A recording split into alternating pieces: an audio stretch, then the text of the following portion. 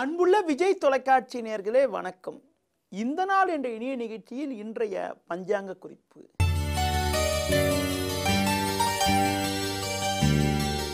28/6/2015 ஆனி மாதம் 13ஆம் தேதி ஞாயிற்றுக்கிழமை.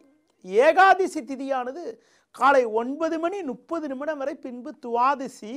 விசாக நட்சத்திரமானது பின்னிரவு 3:23 வரை, பின்பு அனுஷ நட்சத்திரம். நாள் முழுவதும் மரண யோகம். ராகு காலம் மாலை 4:30 முதல் 6 மணி வரை.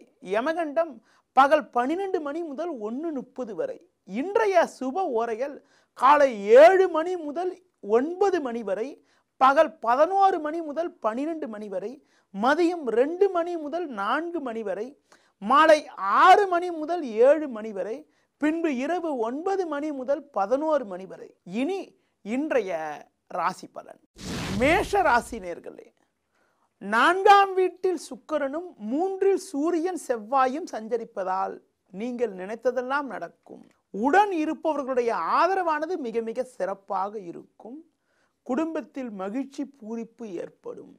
பிள்ளைகளால் கூட அனுகூலங்கள் ஏற்படும். ரிஷப ராசி நேயர்களே, உங்கள் ராசிக்கு 6ஆம் வீட்டில் சந்திரனவர் சாதகமாக அமையப்பட்டிருப்பதால் உங்களது பலமும் வலிமையும் அதிகரிக்கும். மற்றவர்களுக்கு கொடுத்த வாக்குறுதிகளை எளிதில் காப்பாற்ற முடியும். சூரியன் செவ்வாய் 2ஆம் வீட்டில் சஞ்சரிப்பதால் கோபத்தை குறைத்து கொண்டு நிதானமாக செயல்பட்டால் ஏற்ற மிகுந்த பலன்களை எளிதில் அடைய முடியும்.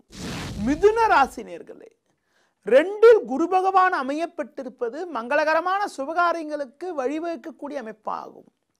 எடுக்கும் முயற்சிகளில் சாதகமான பலன்கள் இருக்கும். சந்திரனவர் 5ஆம் வீட்டில் சஞ்சரிப்பதால் பண வரவுக்கு எந்த விதத்திலும் குறை இருக்காது. கொடுத்த வாக்குறுதிகளை எளிதில் காப்பாற்ற முடியும்.